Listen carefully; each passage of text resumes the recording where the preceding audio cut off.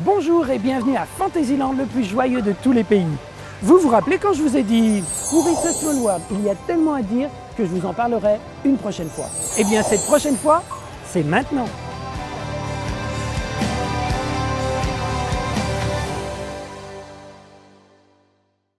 L'histoire de la populaire attraction de Fantasyland It's a Small World commence lors de l'organisation de l'Exposition universelle de New York 1964-1965. Walt Disney Imagineering travaille alors sur la création de 3 pavillons. De ces 3 pavillons naîtront des technologies toujours utilisées de nos jours, comme les véhicules en mouvement perpétuel, les fameux Doom Buggy de Phantom Manor. C'est une technologie des années 60, améliorée depuis et que l'on retrouve dans des attractions récentes comme Buzz Lightyear Laser Blast. Une autre technologie développée pour l'exposition universelle et présente dans Pirates of the Caribbean est celle des personnages audio-animatroniques humains. Comme si 3 pavillons n'étaient pas assez, moins d'1 an avant l'ouverture de l'exposition universelle, Walt Disney décide d'accepter de créer un 4e pavillon pour récolter des fonds pour l'UNICEF. Il est décidé que l'histoire de ce pavillon sera la représentation des enfants autour du monde. Comme le temps presse, les décors seront des dessins d'enfants découpés, ce qui explique les décors à plat dans toutes les scènes. En s'inspirant d'un segment des 3 Caballeros de 1944, les enfants sont symbolisés par des poupées qui ont toutes le même visage. Mais leurs coiffures et les costumes sont richement détaillés pour rendre hommage au pays qu'ils représentent.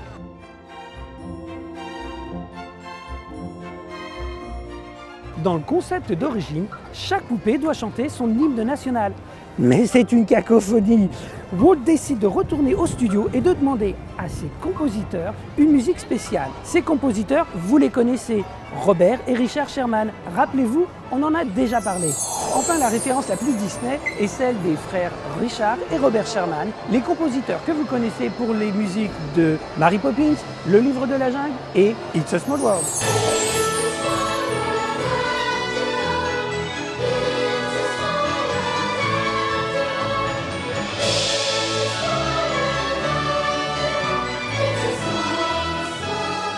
Pour créer la musique du pavillon, les ordres de Walt sont simples, qu'elle se retienne facilement.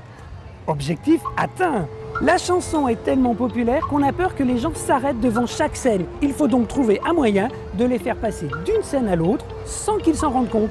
L'idée est donc trouvée de faire voyager les visiteurs d'une scène à l'autre en les mettant dans des bateaux. On s'inspire d'une attraction de Disneyland de l'époque, Storybookland Canal. Attraction qui a également inspiré à Disneyland Paris, le pays des contes de fées. En plus, l'utilisation de personnages audio-animatroniques chantants et de bateaux sera l'inspiration du concept pour Pirates of the Caribbean qui ouvrira en 1967. It's a Small World est un tel succès qu'à la fin de l'exposition universelle, l'intérieur du pavillon est transporté à Disneyland en Californie pour devenir l'attraction que l'on connaît tous.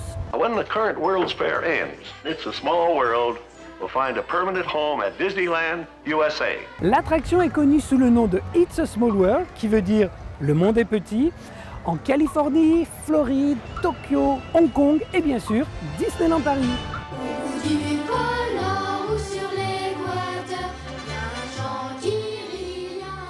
Une des particularités de It's a Small World à Disneyland Paris est sa façade de près de 270 mètres qui est traversée par la ligne de chemin de fer.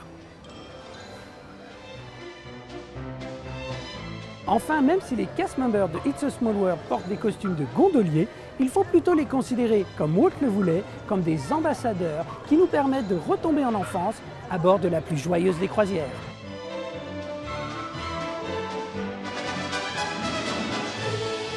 Le tour du monde Disney continue lors de notre prochain épisode. Voici le traditionnel indice de Mathieu. Merci de votre fidélité et à bientôt.